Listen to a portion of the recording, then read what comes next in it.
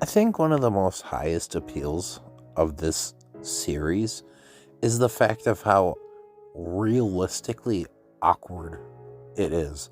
And that's something that I highly appreciate.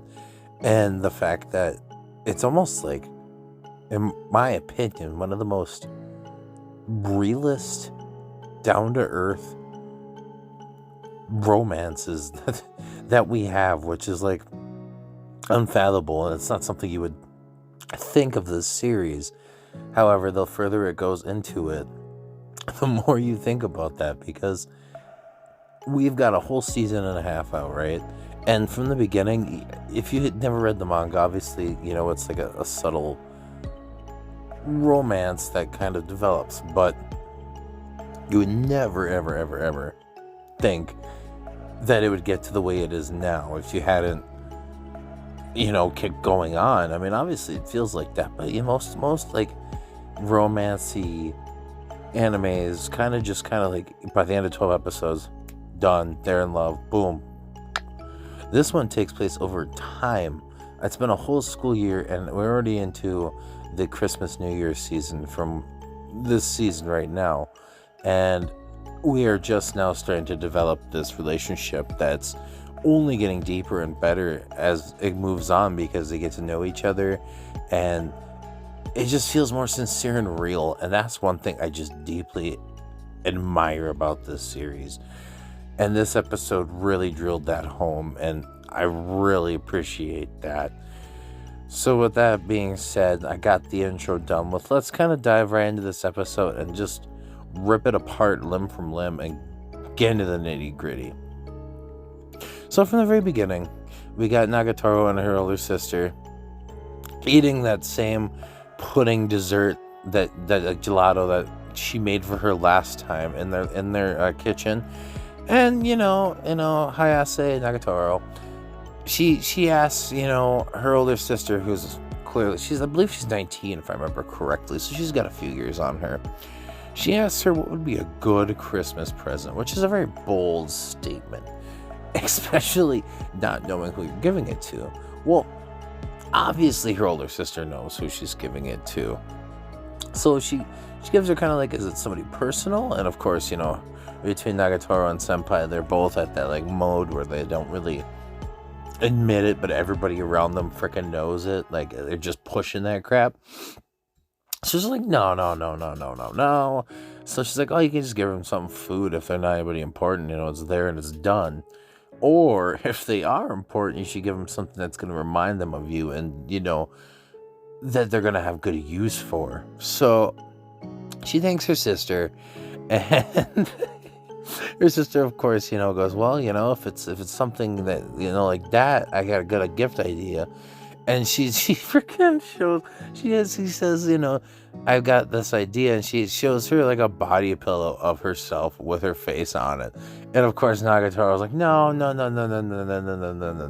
Do you imagine Senpai getting a body pillow of the girl that he likes, older sister? I think it'd be freaking hilarious. I got a feeling the sister's gonna, I don't know, she's gonna clearly embarrass the shit out of him for a long time. But that gets over with, and we get to this scene where it's nice Christmas lights, the perfect, New Year's Eve type of vibe, and Nagatoro and him are just kind of chilling out there, and she's talking about how pretty it is, and Senpai hands her a gift, just to come to find out it was just a dream. But when we wake up, Senpai's in bed, and you see a picture of a gift, so he clearly got Nagatoro a gift as well. So both of them are just ready to give each other gifts, and it's absolutely chef's kiss adorable. We go to school the next day, and Nagatoro's just talking about, what time of the year it is, and he's like, well, it was the winter closing festival, or winter closing festival, my goodness, the end of the season, like, ceremony. And she goes, nah, what else is it? It's just these, it's Christmas Eve. So, and of course, over there, Christmas Eve is more like New Year's Eve for us, and New Year's Eve is more like Christmas for them, where New Year's Eve is more family oriented, where Christmas is more like lovey oriented. And so she's talking about how, it's about love and sharing gifts. And what happens when we're walking down the halls and everything? We get interrupted by the dangerous trio of Maki, Yoshi, and a character we haven't really gotten much to know yet, but Hana.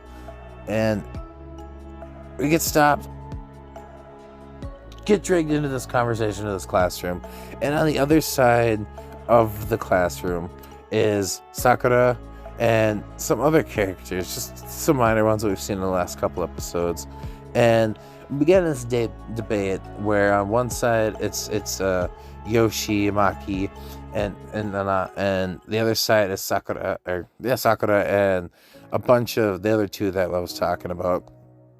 And Yoshi and Maki's side's like, we're gonna do all night karaoke because those that side of the table can't stop sucking face. And of course, for instance, they're already be all lovey-dovey, and the other ones are kind of by themselves, while Senpai and Nagatoro are held at the end of the table. And they're trying to, I feel like, personally push those two to be together even further, because they're really good buddies.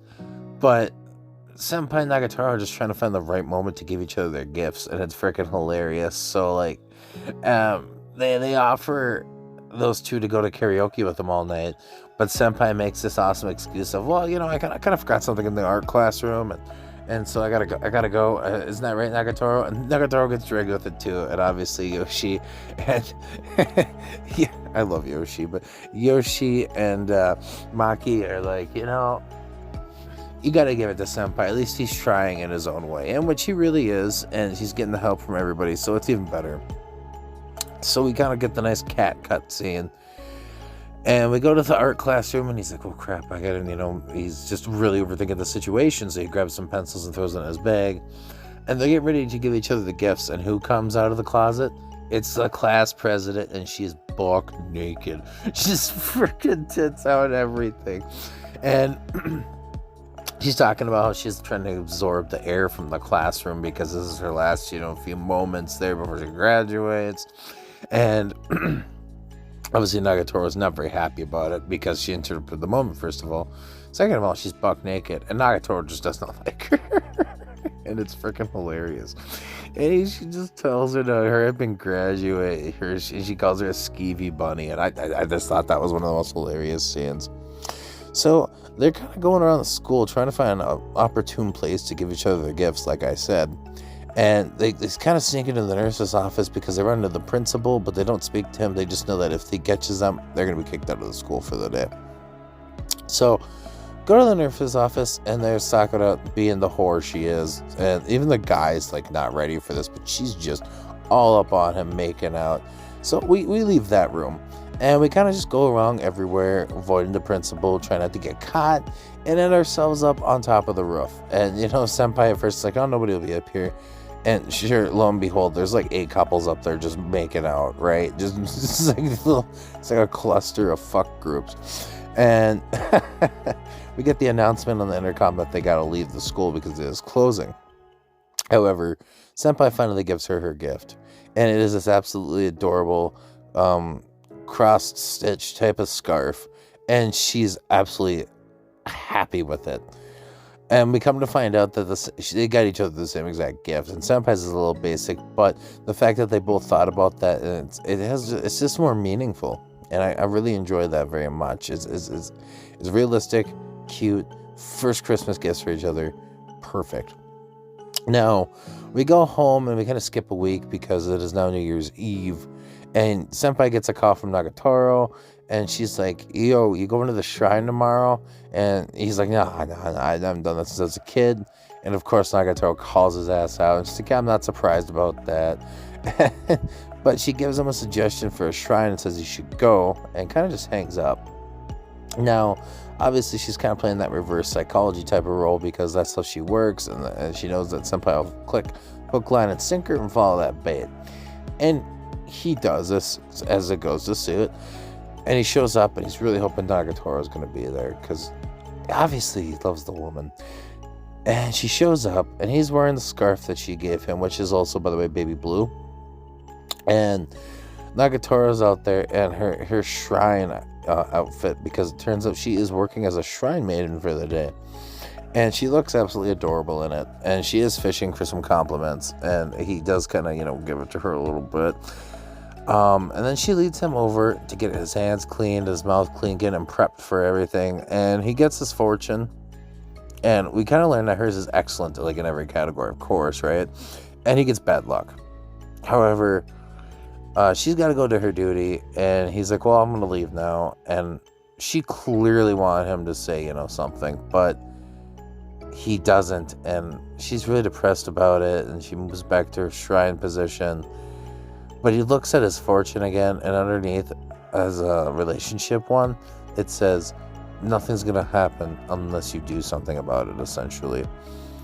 And I think it really started to click to him, because even though he is a shy, non-intimate type of person, he knows he needs to do something if he wants Nagatoro to date him.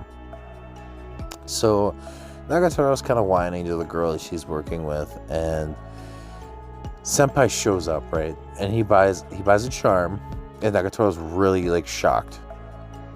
And he just gets this imagination, ego driven, full of balls, charismatic vision where he's like, yeah, let's go out after this. And he's like, no, that ain't me. So of course, what does he do? He goes to the next creepiest thing and says, I'll be waiting.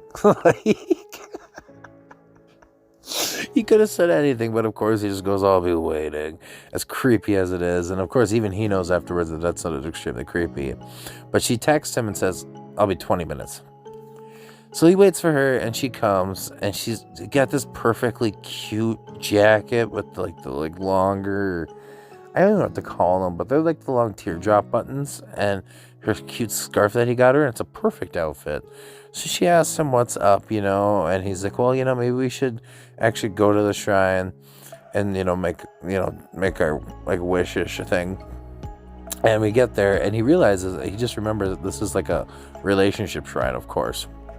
So Nagatoro asks what, he's going to wish for there. And it's really cute because he's talking about, well, she mentions it first of all, foremost, and asks if he's going to ask for, them to date. And they both are really stumbly about it, but he admits that, if he's going to ask her out, it's going to be on his own terms. He's not going to ask for help from an upper being. And it's pretty cute. And so they do their prayer and everything. And at the end of the episode, we get to the very end, and she asks what he wished for. And he says, family well-being, of course. And she's like, well, that's kind of lame. And so she has to get one more sucker punch in at the end of the episode. And he asks her what she wishes for. And she says to be his bride. And he about fucking loses it. It is just downright hilarious. But of course, she was just kidding. But in realistic terms, I think she was probably serious. That's pretty much the end of the episode. It was a really good one.